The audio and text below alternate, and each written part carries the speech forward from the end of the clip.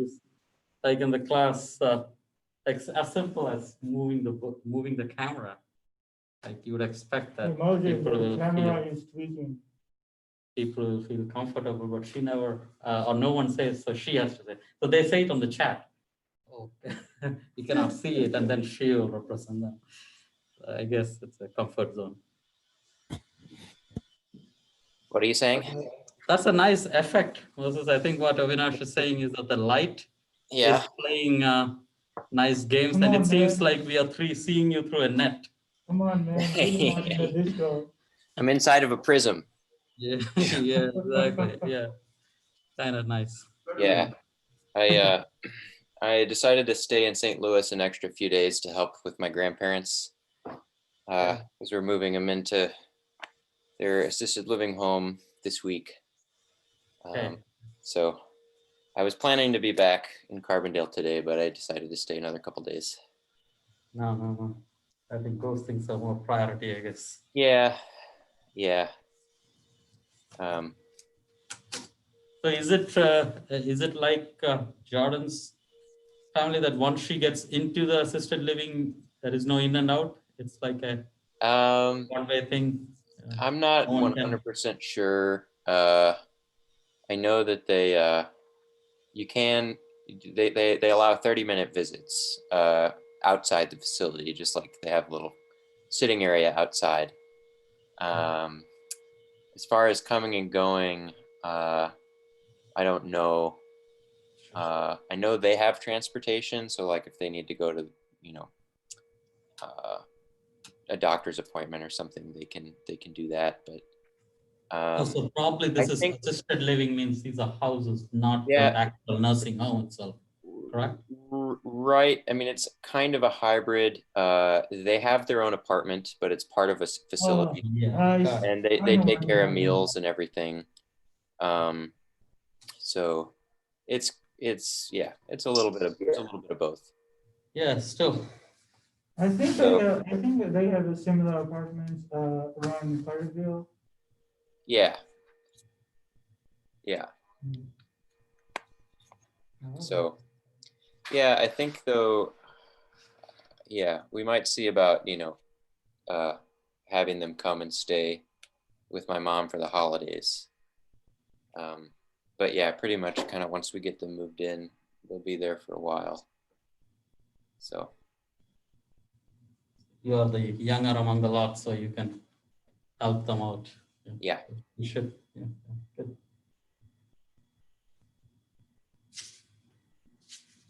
Where is Luke? By the way, your camera is not on. Oh, yeah. Oh, it's not on. That's because. And where is Luke? I don't know. He's always there. Maybe he's coming in person. Oh, is this that lab meeting day? No. It's every other Monday, so we had one last week. Okay. Huh, that's unusual. So not too. Oh, Jordan. I think Jordan did say something about. I think that was Friday. I'm not sure. Yeah. But there's a lot of things happening. We're missing 3 people. 3. Who is it? Oh, Aliyah also. Is that an internet issue? Oh yeah, and Khaled, right? They're both in this class too. Khaled is here. Oh. Right. You're seeing through the light. Gotcha. For some reason, that wasn't showing up on my. Okay. Yeah. Okay. Are you transparent, Moses? You look like one. Yeah, I'm a ghost. Don't go towards the light. You might vaporize. Yeah. Decided to take things extra seriously this Halloween. Actually become a ghostly spirit. I'm trying to move the cat. I think setting that's all disturbed, I guess. Because I meet with a student at home on Saturday, so I have to change all this.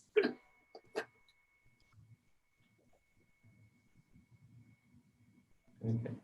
So, how was the? Oops, come on. So, how was the homework? I'm going to be doing it tonight. Okay. Oh, Jordan is here. Okay. Michael, what was it? I'm going to be working on it today. Oh, you guys are all together. So Rob is not part of it. I guess they're moving on without me. Come on, man, you are the master. They should be beneath you. There's Luke. That's, yeah. Hi, everybody. Hey, Luke. We were wondering what happened to you. Yeah. Okay. So everyone. So how is the homework going? Jordan, how is everything at your end? Well, I'm just behind on everything, to be honest with you. Just trying to catch up. I haven't even looked at most recent homework yet. Okay.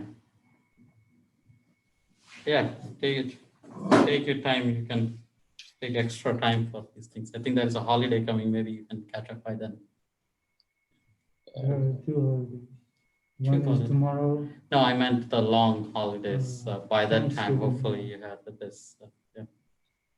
If What I anyone, meant is that deadlines can be flexible because until recently, all of you guys were very prompt. So feel free about that. But it doesn't mean that you guys, everyone submits everything late. So that gets really, don't misuse it. That's my point. well, if You anyone have- wants to hop on the Zoom room tonight, I'm going to be working on the homework, probably around 8 o'clock, something like that. So should take help from Rob. He, I think, is. you finished it, Rob? Most of it. Out of the part 2, there was one part that I got progress and then realized that I was stalled, but it was 15 minutes before class. And I decided to just punt. And, Yeah. and apparently it's what we're doing today. Yeah, so that was my point I was bringing up to. Luke, have you finished the homework? I have not yet. I was going to You're work on it tonight. So here's my point. So this was my plan, but Rob really derailed my plan to a certain extent. But I think since most of you are not, so Rob, you'll have an advantage. So that's good. So my plan was the following. I will do the homework problem in the class today. And your exam will be take home, but very similar problem, very similar. In fact, I know what it's going to be. It is going to be R squared. There's an R, like Rob, you might. So it's a linearly increasing charge in the sphere. So I'll make it R squared, and you redo the whole problem. Okay. But I will help you guys today with the first part. And I think it is good also because it will, at least it is possible to do it without Legendre polynomials, but if you do it using Legendre polynomials, there's a simplicity in the whole thing. And then maybe it is nice. Okay, so then everything comes into place in a sense. Is that clear? So it will be a take-home exam on, it is next Monday, right? 16th, at least. So it will be a take-home exam, and one of the questions will be this exactly, and it will be completely take-home this time. Okay. And it depends on what I do on Friday. What will be so what I'll do is that I'll use the take-home to cover stuff instead of like I think assessment-wise it's going reasonable. I'll use it to cover stuff, but at the same time you want to maintain your grades in this. That's why. Is that reasonable? And again, deadlines can be flexible. Is that clear? Yeah. Okay. So now I need to move this again.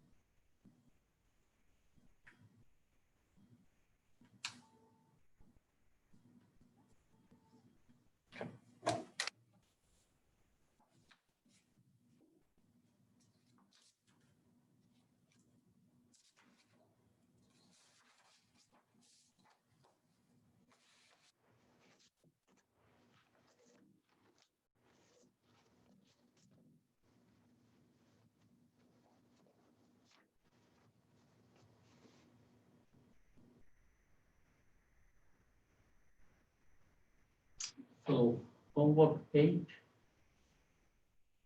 This is homework 8 going on, right? Yes. So when is it?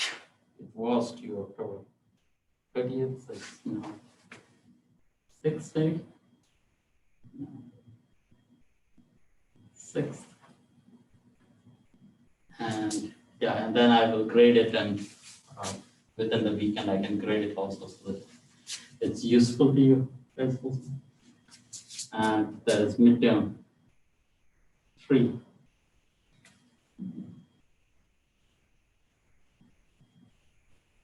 Oh, it is not next Monday. Okay.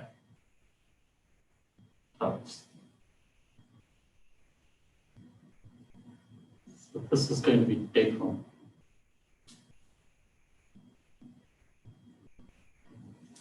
So one of the questions related to this, and the second one will be by the time we will do method of images, and part of that which will involve solving a differential equation, basically Green's function. One whole part I will give it as a homework, broken into a lot of steps. I think that's fine.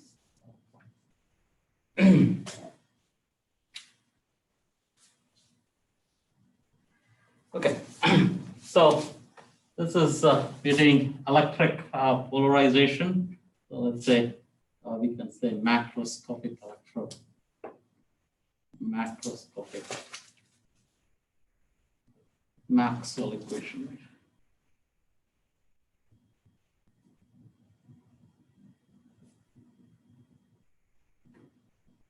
That means if there are lots of charges, then you average out what happens, and said it's pretty much the same. That's your field,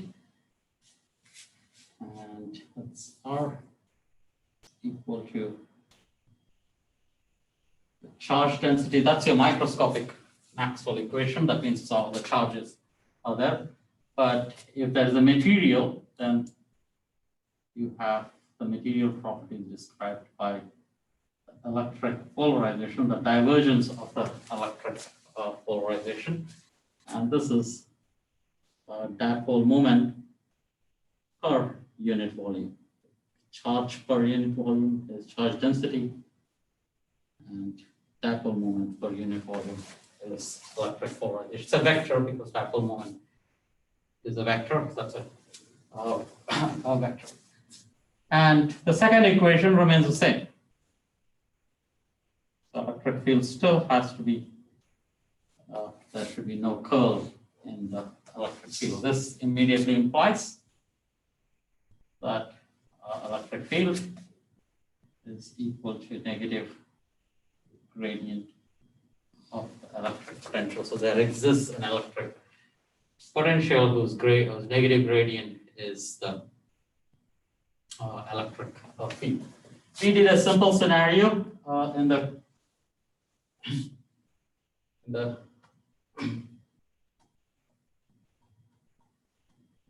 yeah, actually it was not going to be exactly the same problem as the homework. It was slightly different, but once I do one problem, then you can do R square, R cube. I can give any function. So it was not exactly the same homework, but it gives you a clear picture. Okay, so this is so now let's do an example. We did a planar example last time. This time we can do a spherical case. So let's take there is a material which is in the shape of a sphere of radius, let's say A, and A or R, and there is electric polarization everywhere. So there's uniform dipole moment density everywhere inside, and its direction is also the same. So that's how the material is. And what is the radius what's the radius I chose in the problem? A or capital R? Capital R. Capital R. So this is capital R. That's the radius of the sphere, and and rho is of course 0. unless we bring in another charge. But then if you bring in another charge, you can always use superposition to add on to what we find now. So polarization density or dipole moment density is is constant, so that is a direction. Let's choose this not necessarily in the z direction. So let's say this is P naught. Okay, so that's we are purposely keeping it general. Remember, even when we do dipole moment, we try to keep the observation point in the z direction and not the direction of the dipole moment itself. So same reason here, and we need the dependence in here. So it is uniform, so everywhere inside a sphere of radius r. So that's given using the Heaviside step function. It survives only when r is greater than the radius inside or outside, wherever it is. And let's say this is r prime. This is going to be the source, so I know r prime. So that's your polarization or electric polarization, which is the dipole moment density. Right? Is this what we had? Yeah, this is what I am going to do. In your homework, this is slightly different. This is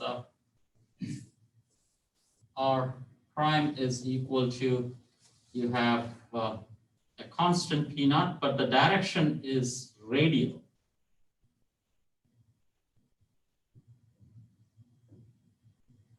Correct? That's what it is. And what it means is that in this case, this is equal to, you have, and when r is equal to 0, there is no dipole moment. So there is no dipole moment right at the center. And it grows as you go outward. So this is small, this is large, very large. Right? So very large, small, large, small, large. I think, is that clear? What I mean that the length of the vector decides the magnitude. And it stops there. Right? From that point on, there is nothing in there. Now, that's your polarization. What's the effective charge? You have to differentiate this. Let's say r prime, or the divergence of this quantity. So that's minus with the whole thing inside, right? E naught r minus r prime.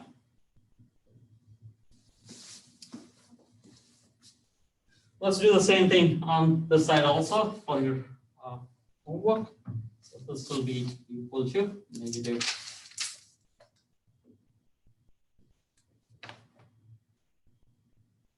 gradient, and this is divergence P naught r. Okay. This is uniform, it doesn't get affected by this. I can bring it outside, but the dot product is with the gradient. So this becomes a directional gradient, or is actually the divergence of the polarization. But in this way of looking at it, this is the directional gradient of the Heaviside step function. So now this acts only on this one is. In this case, it is slightly different because there are two places where it can hit. Oh, maybe I should be careful here. This is r prime, right? If I call that r prime, that is r prime. So this is r prime. So now the divergence can hit on, or the gradient operator or the differential operator can hit two places, r prime here and the r prime there. And let's take care of that. So that's minus P naught divergence of r prime. And again, just to be very clear, when we typically write divergence, it is divergence operators, it is with respect to the unprimed coordinates. So this means this is a primed coordinate. This is d by d r prime. clear there. And then there is a step function. And plus, now again, you don't hit on this, you bring it outside. Why did I write plus? No, plus, minus. Minus P naught vector r prime. So directional derivative this time with respect to the radial vector. And now it again acts on the step function.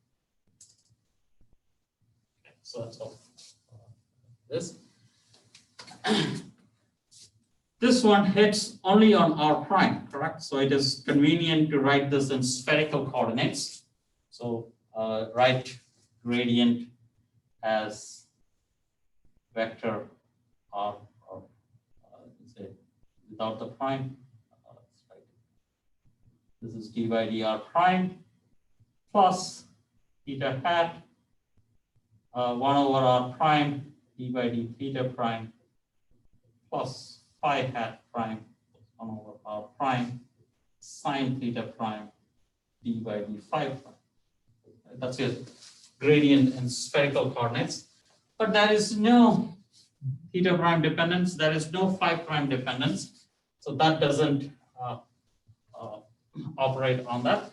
So it's just simply minus P naught dotted with r hat prime and d by dr prime or minus r prime.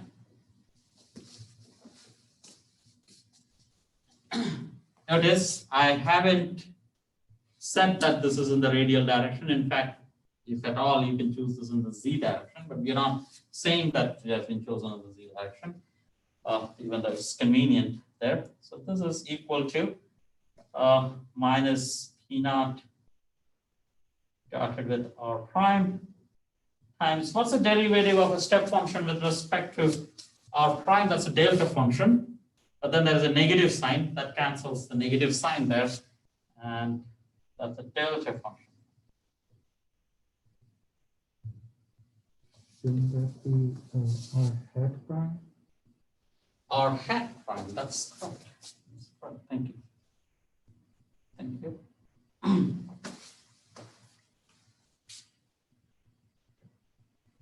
If P naught was in the z hat direction, if you don't have to choose that, if, is that still visible to the bottom? I think so. If P naught is in the z naught direction, or z direction, then this is nothing but a cosine theta that shows up there. Right? So this is equal to rho effective is then P naught times cosine theta prime times delta of r minus r prime. And is that familiar? Right? If you remember sometime back when we were doing legendary polynomials, we talked about charge distributed on the surface of a conductor. And this was one of the first examples we did. How does this look like? So let's, so this is not on a solid sphere. This is now on the surface of a sphere. Right? So it's no more solid, it's a surface density. And this is your same sphere. What we are saying is that instead of a polarized material, it is equivalent to a charge density, which is only on the surface of a sphere. And what's its density? Choose the direction of P naught as the reference and cosine of 0 there. So right on the top, there is a lot of positive charges. Maximum positive charges are there, right? Very dense there. And right at the bottom, when cosine theta prime is pi, there is a lot of negative charges. And when it is pi by 2, cosine of pi by 2 is 0, there is no charge on the equatorial point. So its density decreases as you go away from, if that makes sense. Correct. And that distribution is cosine theta distribution. And From this point on, we just treat that as that is our problem, and we can proceed. We can use all our techniques that we developed before. What about here, right? So again, the point, strategy usually is that we start with this, get the effective charge density, and then we pretend as if it's a normal problem. Right? So here we have realized that a solid material behaves like a surface charge distribution. What about this? What is the corresponding scenario here? What is this equal to? 3, correct? So this is 3 because that's our one of the identities we decided we work with, right? So that's 3, or this was our identity. Completeness relation requires this to be true, and if we are in 3 dimensions, the trace of that is actually 3. So that's 3 immediately. That's minus P naught. 3, let's say 3 P naught. And that is step function.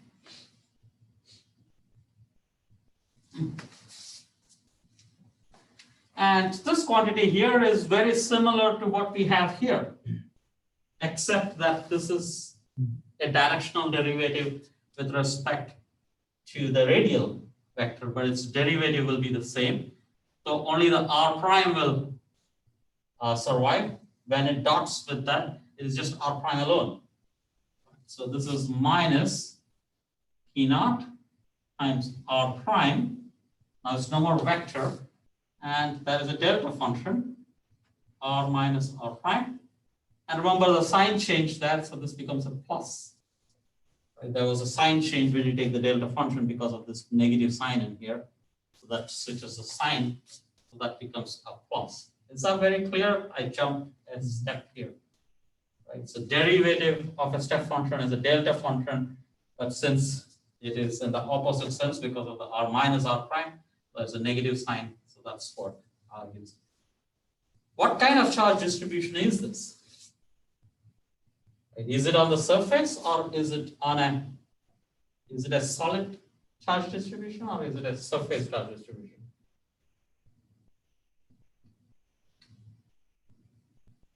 The delta function, surface. Delta function is on a surface, and this one is not. This is distributed everywhere. Where else have you heard this recently? In the last, not in my course, in the last 10 or 15 years at a very popular level, at a Nobel Prize level.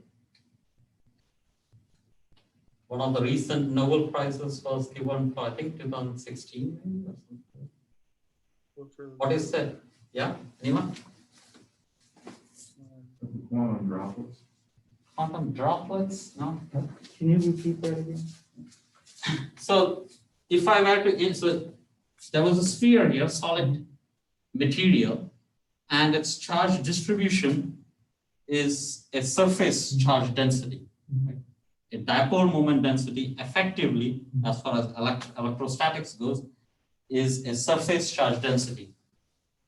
Similarly, this material, which has a dipole moment density of this kind, is having 2 distributions. One has, there is a charge density which is completely spread out in the sphere, and this one is only on the surface.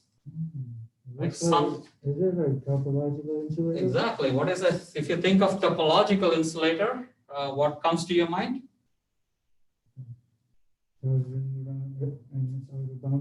Yeah, so it's a insulator in the bulk, that means in the inside, but on the surface, it's a conductor.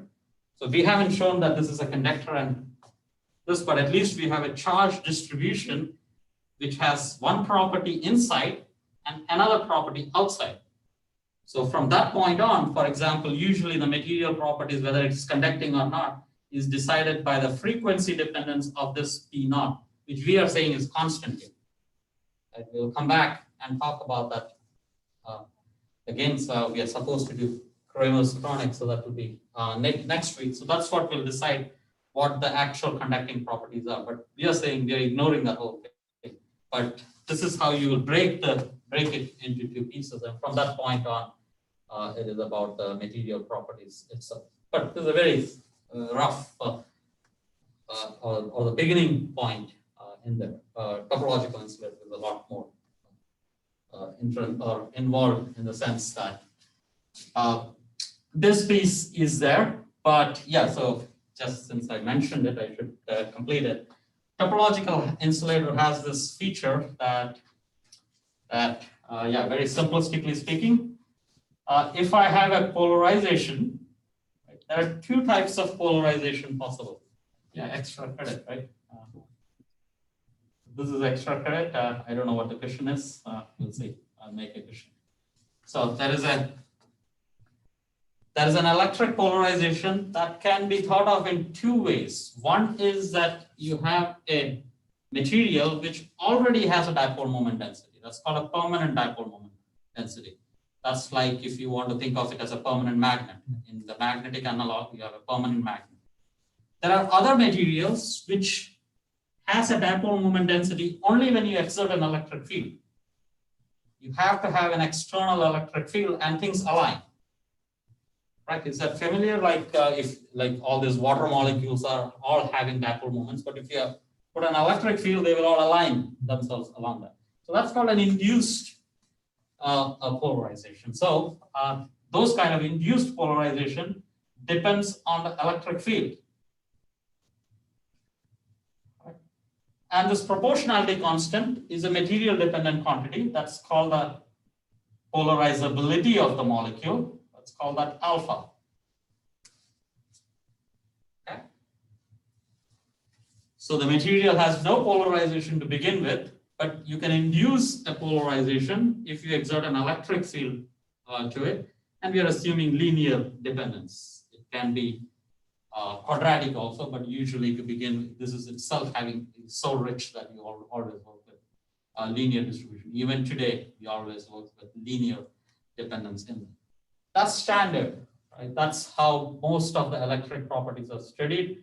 That is what is not a topological insulator, if you want. Okay? Topological insulator is, what if you exert a magnetic field? Will that produce polarization? Is that expected? Right? And that's how you model a topological insulator. So let's call that theta. Now, if you have this quantity, you put this in here, same thing, effective charge density. When you take a divergence, that is a del dot B that comes in. What is a del dot B? What's the divergence of a magnetic field? It's zero, right? It is zero, and that brings in a lot of constraints there, and that's the first step how you start getting non-trivial properties in there. But that's your topological insulator. That's how topological insulator is different from a normal insulator. And the same thing for, like, we haven't talked about magnetization at all. There is a magnetization which depends only on the magnetic field typically. Right? Let's call it beta. But it can depend on the electric field also. And because of the constraints of the Maxwell's equations, one can show that this also has to be theta. There is no other choice. That has to be theta. And they're very nice because of the constraints of the Maxwell's equation. This becomes a very tight scenario and comes out with very non-trivial geometric properties. And that's what is the origin of topology. Yeah, so I had now to make a problem. What's the extra credit problem?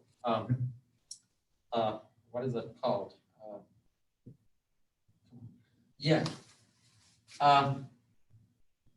What is the connection of a topological insulator and an axion field? And what's his name? What's that guy's name?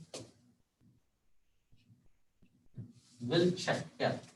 Check out Wilczek's paper. It's only a 3-page paper, 3 or 4 page. Will C-H. I'm sure I'm spelling this wrong. The Polish guy, I think C-H is pronounced as Z, I guess. Frank will check, yeah, look up Axion, and like he's also a Nobel laureate. There is a paper by him in 1989, I suppose, either 79 or 89, 79 or 89. Right. It is, and Witten also, like, so Frank will check, and next, as an independent guy, Edward Witten.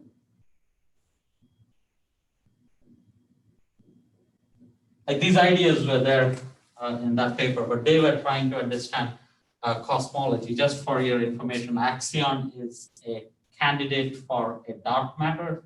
If you're familiar with dark matter, that is missing quantities out there in nature, so you make models for what it could be, and Axion is one of those particles. And all these ideas of topological instability showed up in those studies. And then later it was realized that in real materials you can do that, and that was much more interest, or has much more applications. Yes. So the spelling H should be replaced with Z. Z. Z. EK. Okay. Okay. Thank you. This is the correct, I think, really easy. Standard. Okay, so that's your, let me erase this. Okay.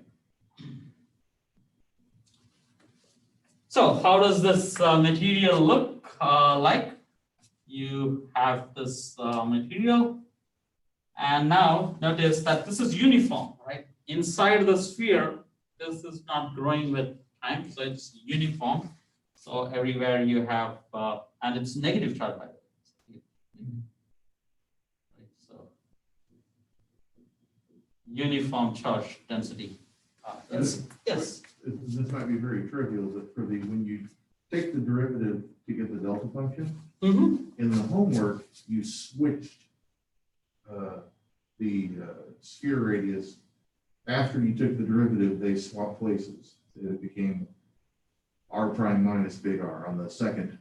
Oh, yeah. It should not matter, right? So the delta function, trivial, so it doesn't matter. So delta function of like delta x is equal to delta minus. So it shouldn't matter whether, okay, I just wanted to make sure there wasn't an error. Good point. But in theta it matters. You get plus and minus sign. Yes. That's correct. Now notice that delta function, how do we say this is, so suppose x squared minus a squared. Right? We say whenever the argument becomes 0, that's the important one. Right, okay. Right? So, so this is x equal to minus a, that is a solution. X equal to a, that is a solution. Is that clear? Yes. So now if I were to say delta of x minus a, the understanding is that look for the argument and when does it become 0. Again, I was the same thing with this a minus x. Look for the argument and when does it. Again, that is very verbal. If there is a confusion, check it out. So yeah, this I think is a good question. So how about this? Proof, right? Prove that delta of x is equal to delta of minus x. Is that next extra credit problem? Yeah, extra credit problem. This is more important extra credit. That is an exploratory extra credit, but this is something that I can ask in the exam. Right? And how do you verify this? A delta function you would verify by putting delta of x times f of x. This integral has to be equal to f of 0. Correct? Or if it was x minus a, right, this will be f of a. Right? If this is true, then most probably, and then it should be 0 and infinity, which we are assuming that it's already there. But now do the same integral. Start with this delta of a minus x, f of x, and again show that this is actually f of a. This you have to prove, but you can use this rule. Assuming that this is true, you have to prove that this is true. Basically, what you do is x is minus x, or basically A minus X, you can substitute to be Y. But then there will be all the limits switch, but then there is a negative sign coming from here. So it's a two-step problem. Very immediately you can show that. So I'm not complaining that, but I have told you all the steps. So try that out on your own. Any questions? Avinash, you don't have to look happy? No. I was just thinking maybe I should do like delta minus X minus A, and then I use the for A minus X. Then I get delta minus minus X minus A. I mean X minus A is in parentheses. And then I use the definition of delta function, not like definition like. But you don't know what's the definition of this, right? That's a question you asked. No. I was gonna say like delta of X root over sum of that thing. What? Delta like f of X root over the. No, don't use those are all theorems. If you want to minimize using identities, like that's a standard result, so that doesn't really apply, right? You see what I'm saying? Like it's like saying that that's a so general a result that everything is included in that. So what are we proving? So I think my point here is that assume this is true, and so you can use only this, right? And you prove that. That's typically, convince yourself that this is the case. Let me not guide you too much. I don't want to force my way into it, but at least your way of doing it, I feel that's slightly a black box there because you're using an identity. You're trying to avoid that because if someone, or if you yourself get confused, is this really true? How do you verify it, right? You cannot use an identity. You have to convince yourself that this is really true. Right? So in that spirit, that is. So, okay. So, and that's, yeah, so I answered your question, Rob. Yeah, so it is, yeah, you can write this as R prime because that's more standard or that's more interpretive, that's a variable and that's constant. So this is the same as R prime minus R. That helps. Good point. Okay. So there is a negative charge which is distributed all over the sphere, and there is a surface charge density which is pretty much constant, correct? So this is R. R prime is R, so I can replace it with R. So that's constant on the surface where it survives. This is constant, so there is a positive charge density all over on the surface. Uniform surface charge.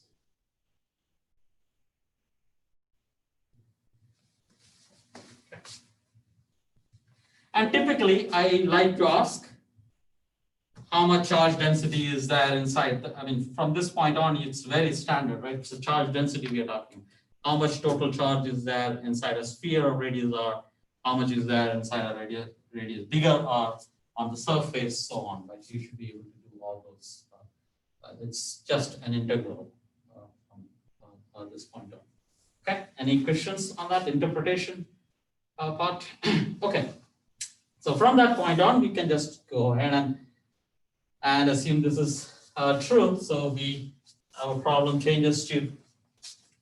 Can I ask one question? So we made an analogy of that distribution with topological insulator. So, but I'm thinking it should not be like it is not an insulator inside in our case, right?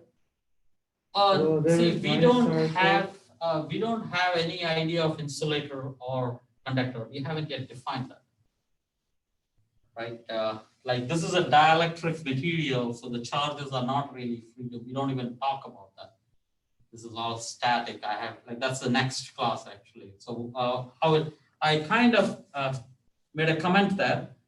Now, how do you model a material beyond this point? So currently we just have dipole moment density inside. So how do we say that is that this is actually frequency dependent. The coefficients here are frequency. What do I mean by frequency? a time dependence, like frequency is in the Fourier space, so there is a time dependence. That means to say that if I put an electric field in here, where was my electric field? Here, there was an electric field, right? If that was oscillating, right?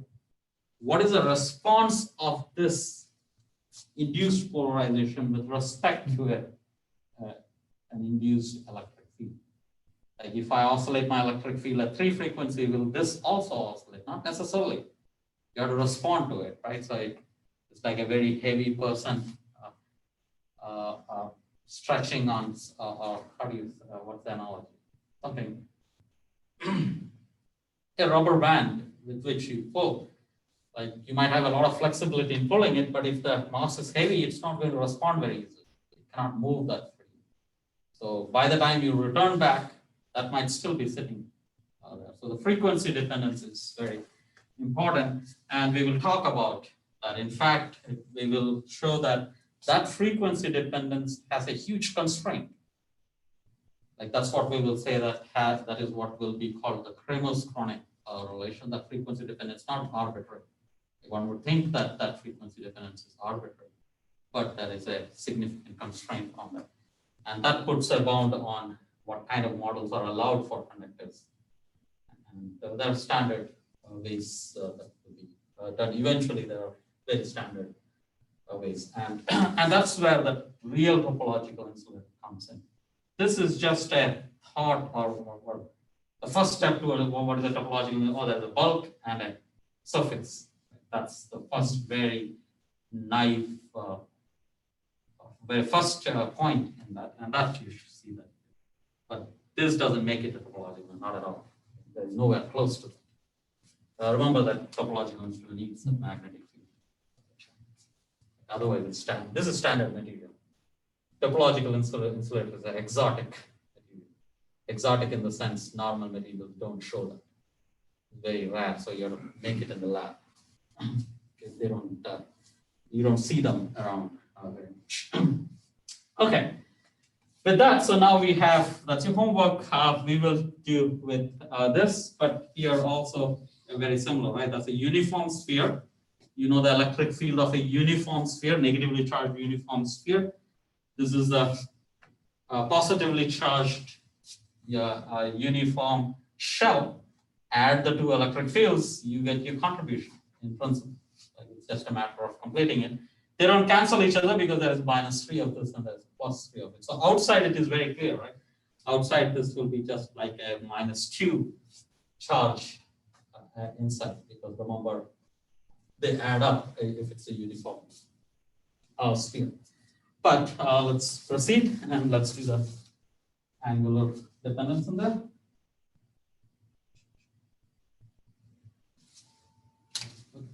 So in our case, root effective now is P naught, the sine theta prime, or actually del dot T, right?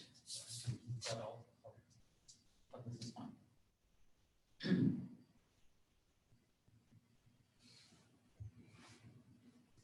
Which is also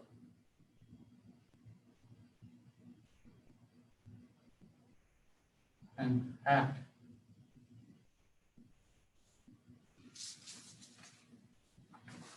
and now do the when you want the electric potential, that is we use the superposition principle. We can now start calling it the Green's function.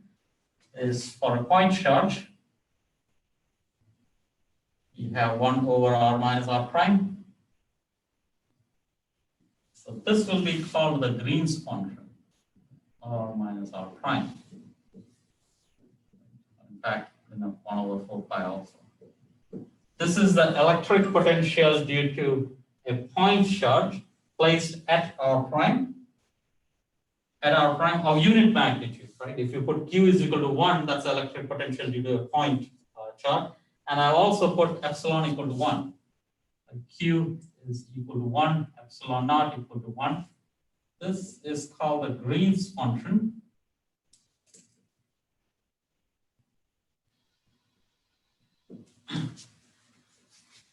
For the Poisson equation. So let's call it Poisson Green's function.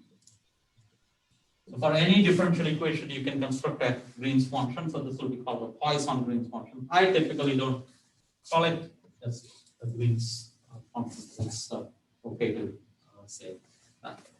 That's your Green's function then, and this is your charge density. So this is effective prime.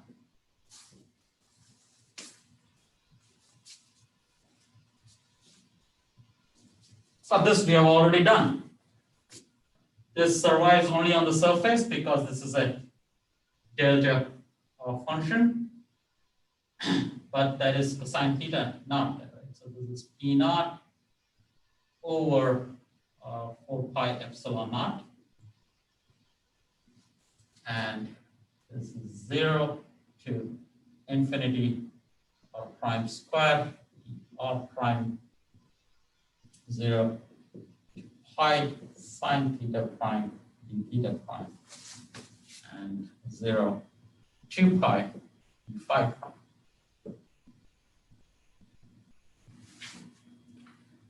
And this is cosine theta prime.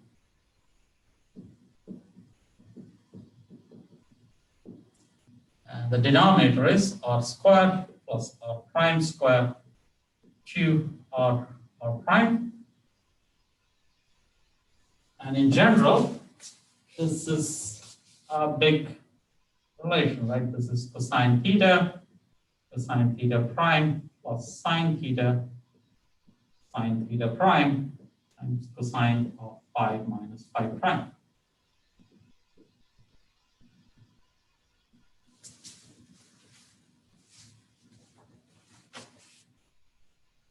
This is your P naught is this direction. So let's say this is P naught. P naught. Let me not choose it to be the z direction. So let me not say that's what it is. That is an r prime. So that's your r prime inside. Typically, inside actually this will be only on the surface, right? R prime will be only on the surface. And there is an observation point, which could be anywhere, inside, outside, anywhere. But let me choose my z-axis to be in that direction. So that's your observation point, outside or inside. But let me say that's your z hat. I choose my, I can choose my axis of that. At least once I can do that. If there is only one sphere we are talking about, that is easy thing to do. In general, we would like to keep that better. In that case, basically what we are doing is, if z prime is in the direction of r, what can you say about theta? If z prime is in the direction of r, remember r has r theta phi in it. Vector r and spherical coordinates is r, theta, and phi. Source is r prime, theta prime, and phi prime. And there is a third vector, that is p naught. The three vectors we're talking about, relatively speaking. R is decided by r, theta, phi. If we choose the z-axis in the direction of r, what is theta? 0. Theta is 0, that means this is 0. So this goes to theta equal to 0. Right? If we choose our z-axis in that. The convenience in that is that this whole term goes away, and theta here, this is 1. And so this is theta is equal to 0, that means sine theta is equal to 0. So let me evaluate the delta function. So it's p naught, r prime gets replaced with r, so that's r squared. Once I set my theta equal to 0, there is no cosine phi dependence, so this angle becomes 2 pi. That's 2 pi r squared, 4 pi epsilon naught, and there is only one angular dependence remaining.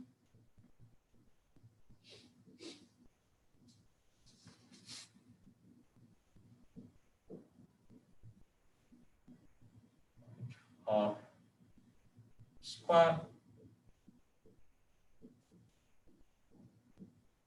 This is cosine theta prime.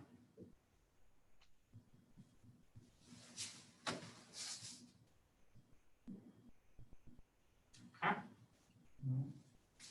Yes. Why did you not change R prime to R, big R? Oh yeah, good point, good point. This is R square. That's capital. Thank you. And small r could be less than r inside the sphere or outside the sphere. Both is possible, right? Now, one can do this integral. I think, have you ever done this integral explicitly without using legendary polynomials? I think so. I think Moses and I did for that one exercise.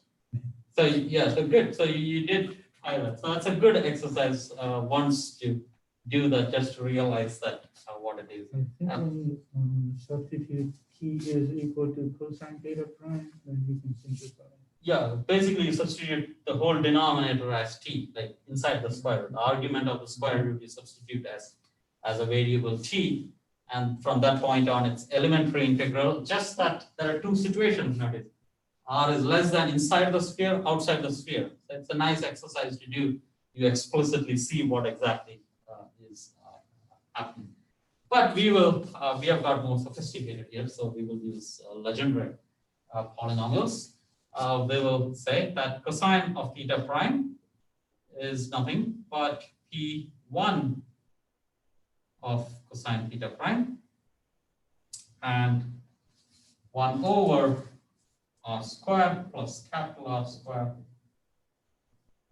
times cosine theta prime is actually equal to, so that we use a notation r less is the minimum of small r and capital R, right? Whether you're inside. So if you're inside the sphere, r is less, right? It is the minimum. R greater is the larger of the two. Is that notation clear? Any confusion there? The two variables are less and are greater. So this is R1 over R greater always, and then sum of L going to 0 to infinity R less over R greater. Raised to L, dl cosine theta prime.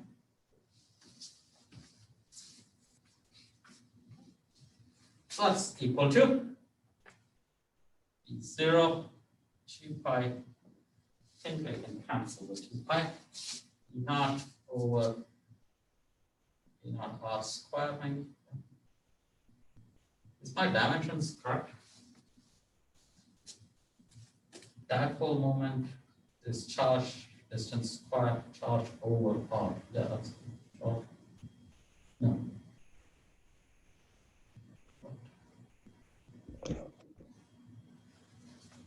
Polarization P naught is charge per unit area. Yeah, and that is an R. Yeah, that's okay. It's actually, it just strikes me that it's not a good idea to call this P naught because these dimensions of P naught are not the same as P, right? Like I think whether you Well, the alpha. oh, the homework I call it different, yeah. So I was telling that it's not a good idea to call this P naught because this doesn't have the same dimension as P here. There is an additional R there. So it's just a stylistic thing. Since I didn't say anything about the dimension of P naught, there's nothing wrong in this, but typically the same variables you associate with the same dimensions. That's slightly misleading there. Okay, so that's good. So this is 0 to pi sine theta prime, d theta prime, and this is P1 cosine theta prime. And that whole summation, this is 1 over r greater, L going from 0 to infinity, or less over or greater raised to L L cosine theta prime. This whole quantity is independent of theta prime, can come out. Do that in 2 steps, clarify. We've done this a few times, but doing this, since it's a fresh concept, no harm in doing this a few times.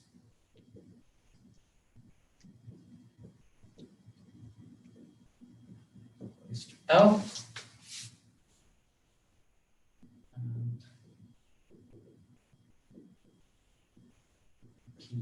P1 cosine theta prime, and this is PL cosine theta prime. But there is an orthogonality relation between the legendary polynomials of order L. If 2 legendary polynomials of different orders come together, they don't like each other, they kill each other. So if they are the same, then they resonate, so that's basically give you a 1. So this whole thing, so remember your legendary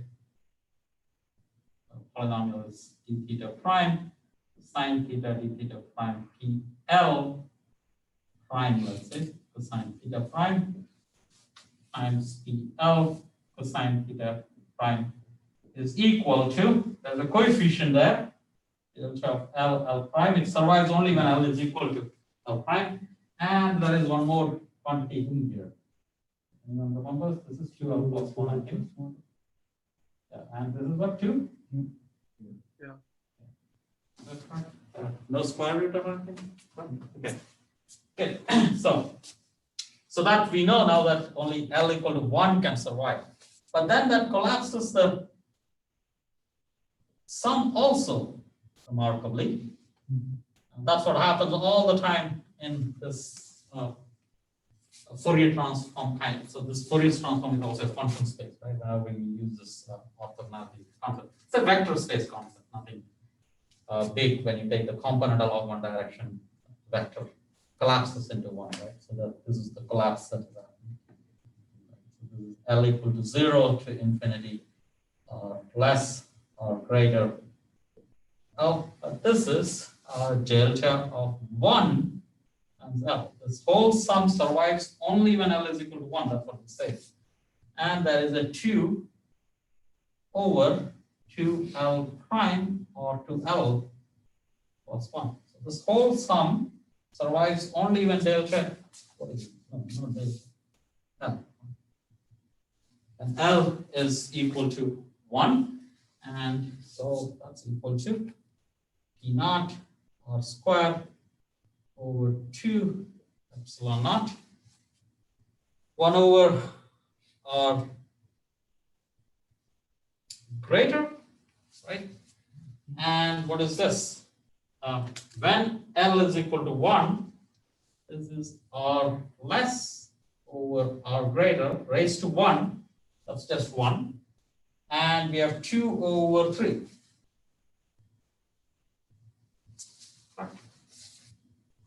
So, okay. Okay, that's good. Let's do some interpretation now.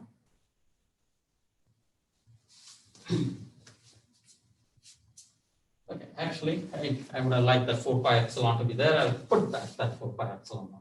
Okay. So now we have a potential for that, for our material. Let's say we are inside. Right? If we are inside, so inside the sphere,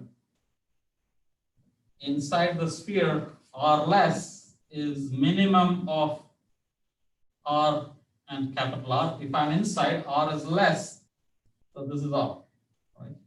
And R greater than is R. Inside and outside, it's going to be the opposite. Right? R less is going to be R, and R greater is going to be R. Correct? Also, shouldn't your yes. integral be d theta prime? Tell it again. You're a little less. I think you forgot to put a prime on your integral for your d theta. You have sine theta prime d theta instead of d theta prime. Oh, here. Yes. Thank you. Yeah. Yes. All right. Otherwise, hope it comes out. Yeah. We also want one of our L's to be primed, right? I don't know that we. Yeah, this one doesn't. Yeah. We don't need the So prime. this is 1, right? Since we Oh, okay. I didn't see that you'd written 1. Yeah, it's 1 because it's cosine. So this is 1. Right, I know Only it's- 1 from contribute, right? Yeah. Probably it's not very I didn't resolution. is tell. not that great. Yeah, I couldn't tell, but yeah, Anyway, you're seeing through it light, seeing through the prism, right? Okay, so when you're inside, so that's R less is R, so there's this 1 over R squared, right? So let me write this down. So 2 cancels out. I'm going to cancel this 2, but then I'm going to put back my 4 pi. I like my 4 pi. That's just style now. It doesn't matter exactly. Okay, so that's 1 over 4 pi epsilon naught. And R greater is 1 over R squared. So that's 2R squared. There's an R squared that cancels out. So there's an R, right? So let me write it like this. Right? So this is P naught. P naught, remember, is dipole moment per unit volume, right? So I'm going to multiply this by 4 pi by 3 R cubed. This gives me the total charge, or at least has a dimension of total charge. Total charge is, of course, 0 inside the material, right? So that's kind of a charge, dimensions of charge. And what is left out? So there's an R square 4 pi by 3. I put in an extra R. So these two denominators are R. So there's an R over R. So it's linearly increases, right? Electric potential is linearly increasing. Is that correct? So when you say it is No, that's not a charge, mistake. no, I don't think so. That's a mistake. Because dipole, so P naught is dipole density. If we multiply with volume, we get dipole. So dipole Sorry. is like charge times length. R over Q. Am I good now? Or are still not correct, right? What is missing? Is this dimensionally correct? This is wrong. This one. Is this dimensionally correct? I should get 1 over charge over R, right? Okay, help here. So I have a question. When you made L equal to 1, and One step backward, yeah. When L is equal to 1, this is 1. then it survives as the 2 over 2L plus 1. Yeah, 2 over L is 1 now. So 2 times 1 plus 1, 3. Right? Is that clear? Yeah, So I guess. so let me explicitly write this. So this is P naught 4 pi R squared over R less is R, and then 3 also. R less is R over R squared. Is this dimensionally correct? P naught is charge per unit volume. Right. Now, charge times R, dipole moment, over volume. Right? So that's Q over R square. Right? Q over R square cancels, and this is the dimension. Yeah, so this is okay. Okay, that's what I want to do. But I want to write this as a volume. So just to get a charge. Yeah, this is okay actually. Why not? But yeah, well, let's say this is RQ. Nothing wrong. Okay. But the main point is that it is linearly increasing with R. Inside the sphere, it is linearly increasing with R. That's the only important thing. The rest everything is a way of writing style. So this is for R less than R. If you want to cancel away the R cube, that's just R, that's all. outside should be easy. That's capital R. So this is 1 over R and capital R over R, I guess, correct? So this is equal to 1 over 4 pi epsilon naught again, and 4 pi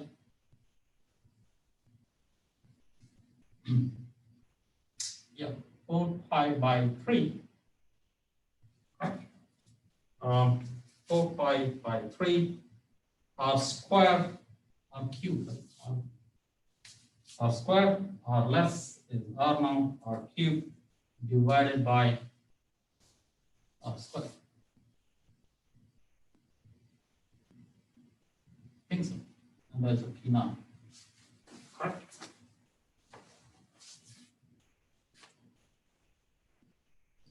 That's outside. Immediately do electric field. If this is not very clear what this means, is electric field, right? Electric field, gradient of electric potential. This is equal to, there is just R there, so there's only the R hat that's going to survive. So that's going to be minus R hat. Again, there is a 1 over 4 pi epsilon naught.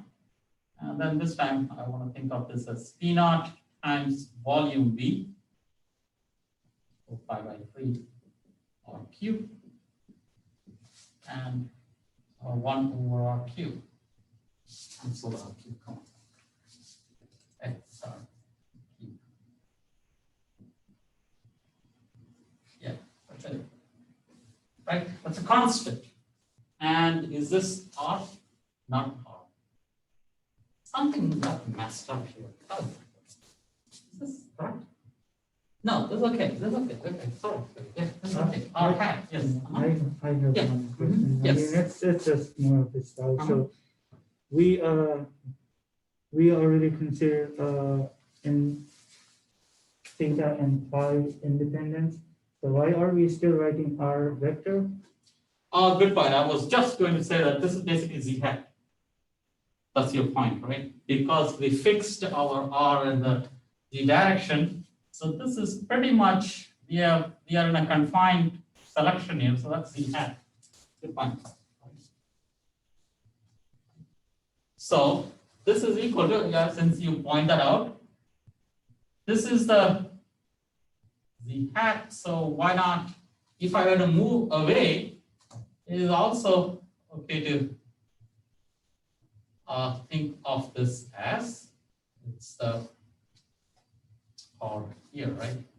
If you were to, yeah, so this is the point that I think that's what I was trying to bring out. This is a dipole moment here. Let me not say that. Yeah. This is a dipole moment field. We'll come to that. Give me a second. We are not reached there. Okay, so that's so be careful that that is the hat. Good point. That's inside. Sorry. But what about outside? Outside there is a negative and a negative gradient. But when I take the derivative with 1 over R square, that is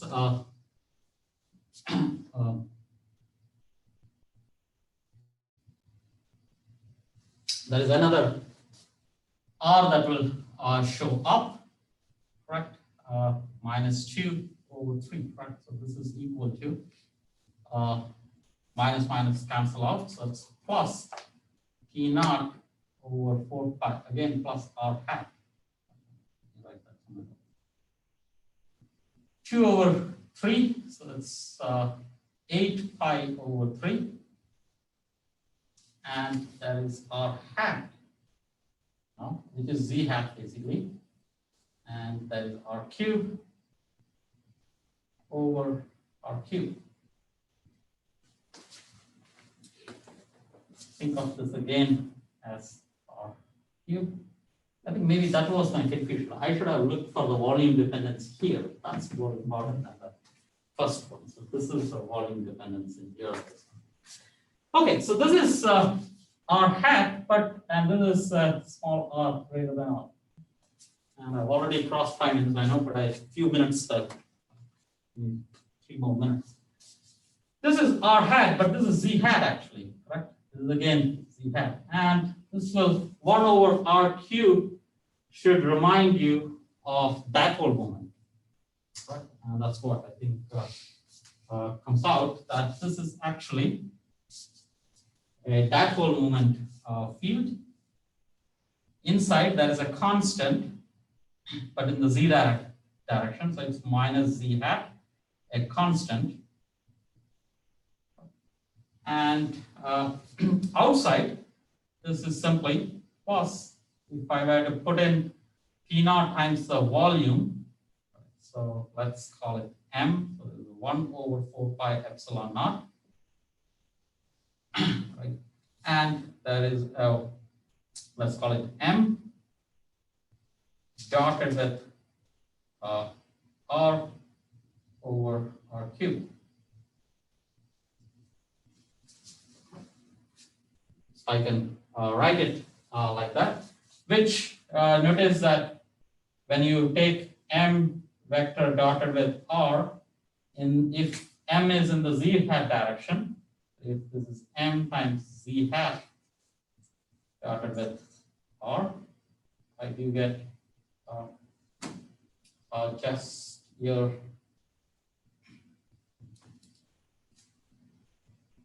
if this is just, if it's already in the z hat direction, this is just simply M off.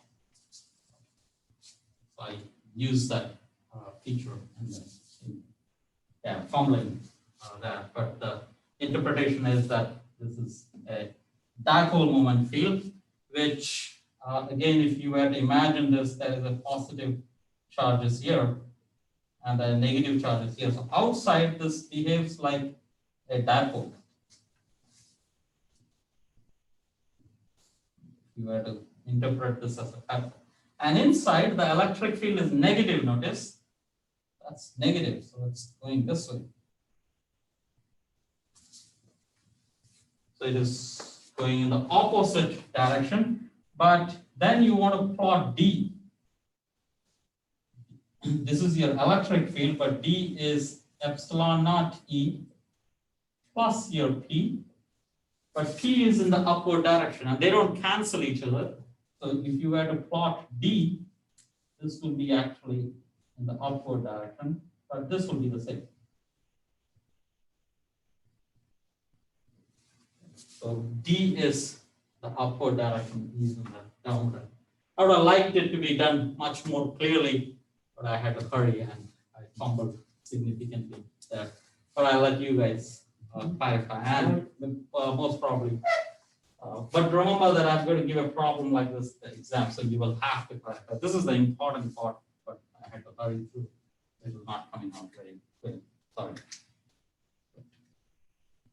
Christian, Yeah. Usually when we define electric field, we say it's 1 over 4 pi epsilon naught Q over R squared. yes. But there it looks like we have Q. Q over R squared for a point charge. The moment you see an R square for potential, that means it's a that's how you recognize that this is R. Dipole will be R square, next will be higher term, and so on. You will write it as R over R cube. Next one will be R square over R raised to 5. So I was talking about dimension. yes, but P, remember P is not Q. It's QR. Yes, Q times R over volume. So volume cancels out, right? One of the R cancels out. So you're good. Right. I was doing the same thing there, and I think, I should have. Yeah, I knew that there is a dipole moment, but I was looking for the dipole field there, and I was struggling all the while in the first term, but I got confused. Yeah, so I was trying to put that. So my error, but it is, I think, not very bad. Hopefully, you get the point. Hopefully, these things I know confuses you guys, but I'll let you guys do a little bit for me. That's all. And this shows up very well in books. It's there everywhere. So just look up for electric polarization for a uniform density of uniformly spread electric polarization sphere. I think Griffith has it for one. I think maybe it is in a problem. I'm not sure, but look up. You'll find plenty of things there. Okay. So yeah, it was not a perfect lecture. Yeah, but Oh, that was cool. Thank you. okay. Good. Okay. Enjoy, guys. Thanks. I have a quick question. Yes, will, Jordan. will the math methods course also have a take-home exam? Is that Most probably, that's what I'm planning on. Yeah, I'll be sending an email. Yeah. So tonight or tomorrow, I'll work on it. Most probably, it's going to be a take-home, like full take-home. okay? Yeah. And then this is not the same as like, is this the same as just a charged dipole? It is, but we're talking about a density of charged dipoles. Yeah. Like think of a water molecule having a dipole moment, and you have a droplet of water molecule. The only difference is that since it's a liquid, it can move around. But think of a solid material with each atom having a dipole moment. And they are all rigid in the sense that they cannot rotate around. Does that make sense? And that's your polarization vector. Is that the question? Yeah. I was just thinking like, what's the dependence between the two charges? Like the two moments, or I don't know what you. It's exactly the same. Okay, for example, P of R is equal to, right? This is some, like interpret this as dipole moment per unit volume. That's the best you can do.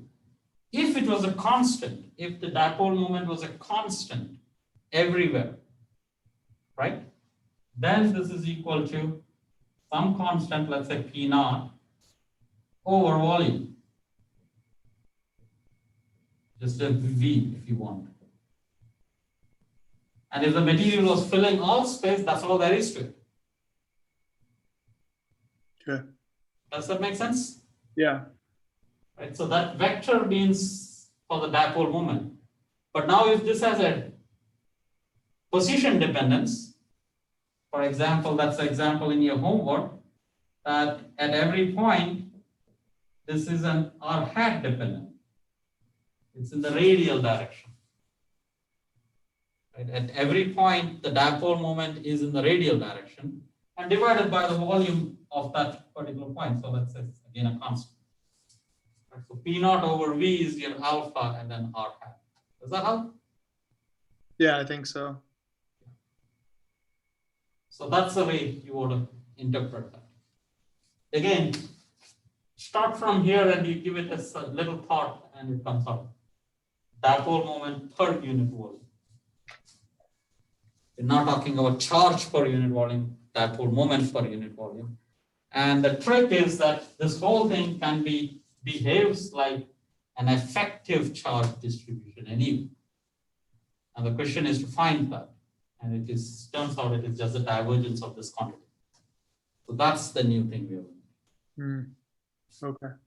So that's the first part. I spent a significant amount of time there. So the first half an hour of the lecture, if you look it up again, it's in that spirit. Okay. That material with a dipole moment is equivalent to a charge density. Okay. But again, the total charge will be zero because to begin with it was zero. So it will always come out to be zero. That should be a check on your material, but otherwise you're having a charged material. Okay, thank you. Yeah, that's long. Sorry. Thank you. Thank you. Okay, take care. Enjoy, guys. Bye. See ya. Yeah. See you later. 15 minutes.